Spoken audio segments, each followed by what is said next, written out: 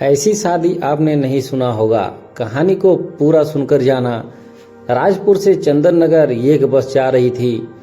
जब बस अपने डिपो से चल पड़ी तो ठीक सामने सीट पर बैठे एक बुजुर्ग जो बहुत अच्छे कपड़े पहने हुए थे एकाएक खड़े हो गए और बाकी मुसाफिरों का ध्यान अपनी तरफ आकर्षित करते हुए कहा, मेरे भाइयों और बहनों, मैं कोई भिखारी नहीं हूँ। ऊपर वाले ने मुझे अपनी नेक अमतों से नवाजा है, मगर मेरी पत्नी एक लंबी बीमारी से भगवान को प्यारी हो गई।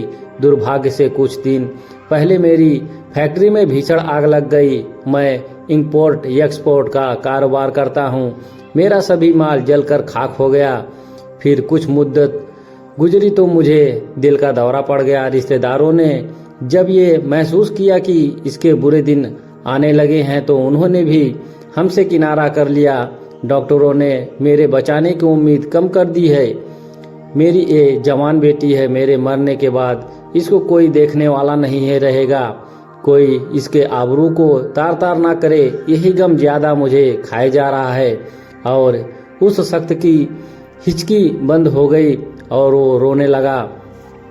उसकी बेटी जो उसके पास में ही बैठी थी उठी और बाप का सहारा देकर सीट पर खड़ा कर दिया।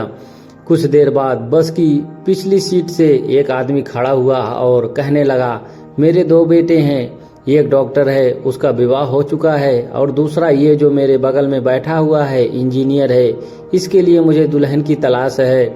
मैं इस बुजुर्ग से दरख्वास्त करता हूँ कि ये अपनी बेटी का विवाह मेरे इस बेटे से कर दे। मैं वादा करता हूँ कि बच्ची को ताउम्र कभी बाप की कमी महसूस नहीं होने दूंगा।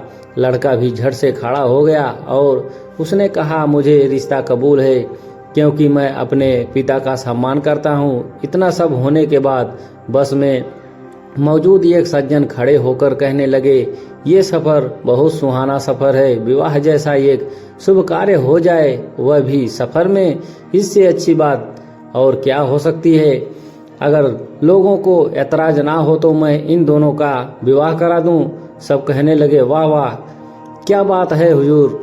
और उस सज्जन से ने चलती बस में ही दोनों का विवाह करा दिया।